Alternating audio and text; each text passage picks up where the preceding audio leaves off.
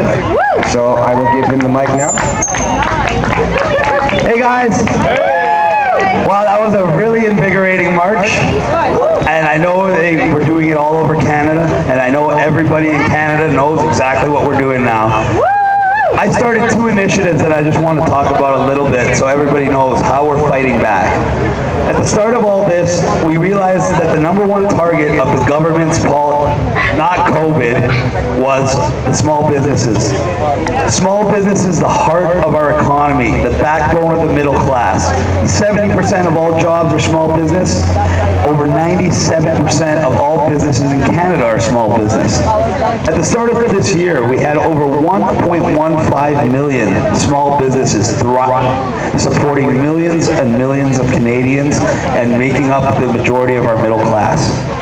Thanks to the government policy, not COVID, government policies, by June, we lost over 225,000 of those businesses.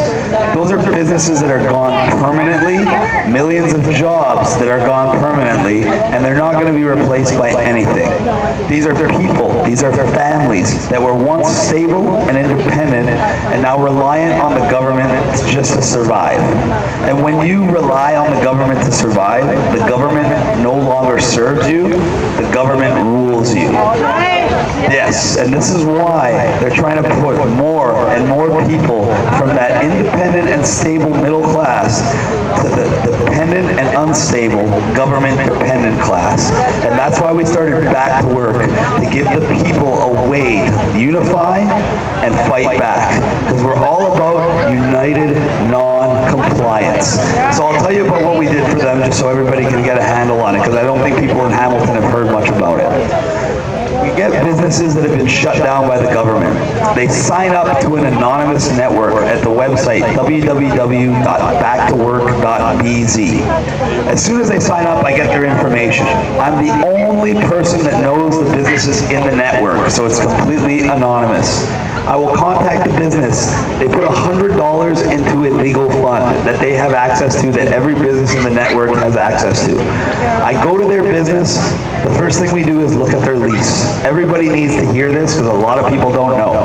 About 1 out of 3 leases in Canada has a clause that says, if you are shut down by the government, you do not owe rent.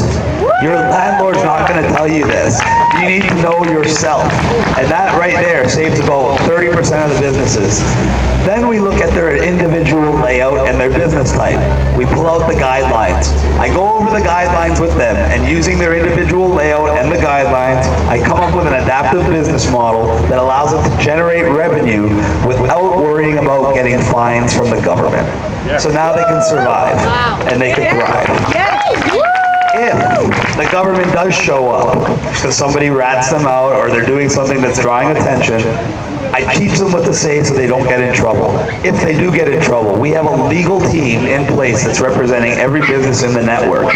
And the legal fund has over $8,000 in it already to fund any businesses' legal fees that need it. So they're completely protected. They're completely anonymous. They're united. They have a legal defense team, and they have access to funds if the government gives them a hard time.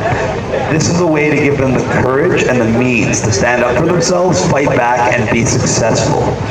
This was our first measure. It was a defensive measure. Hey, buddy. And we have to do it because they are the most important part of our economy. If we allow the businesses to fail and our economy to collapse, we are done. We will never get that standard of living back. We saw almost a 10% reduction in our GDP in March alone. 10% is more than a Great Depression. That's like an extinction level event for our economy.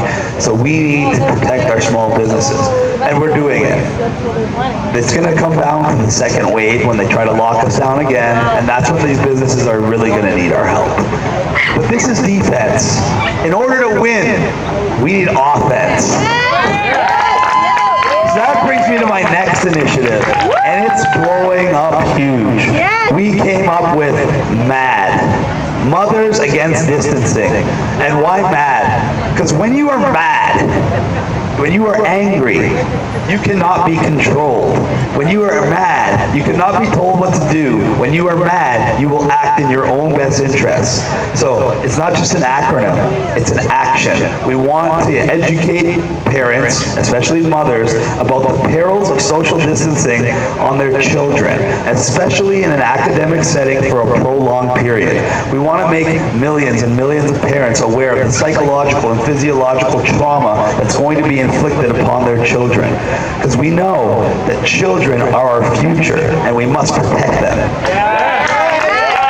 So we're going to make it so all the mothers and fathers come September refuse to send their kids back to those trauma centers unless the government agrees to go back to normal.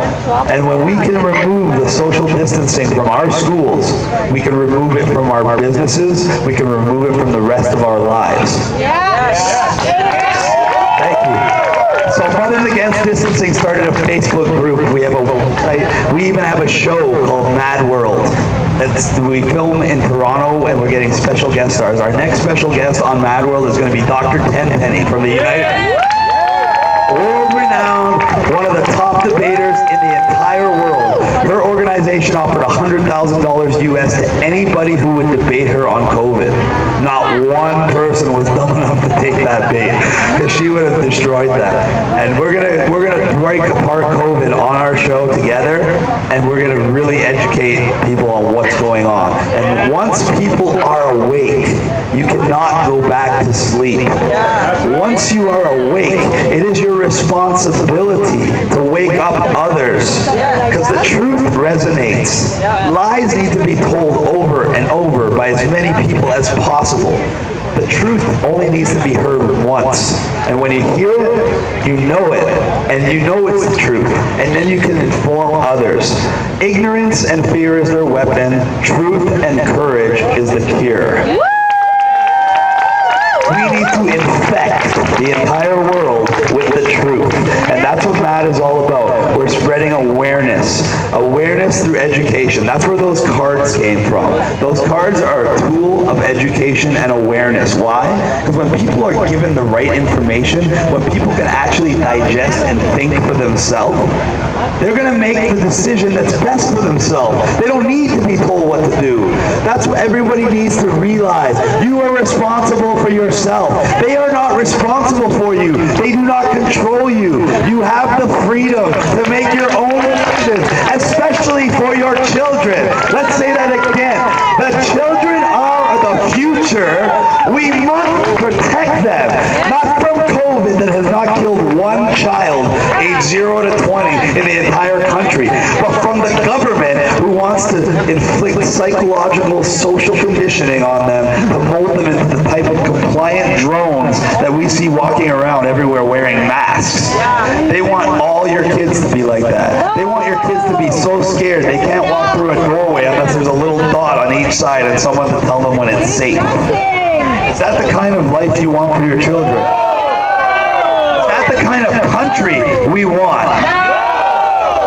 Why was our country the envy of the world? When you traveled the last 10 years and you told anyone in any country, I'm from Canada, and they smiled back at you. Why? Why does everybody want to come here? Freedom! Freedom! And they're trying to take that from you, but they can't. So they're trying to trick you into giving it up to them. And we have to make everybody aware that we're not going to let that happen. We have to make everybody aware that above all else, freedom is essential. Thank you very much. Thank you guys. Thank you so much to these wonderful speakers. Freedom is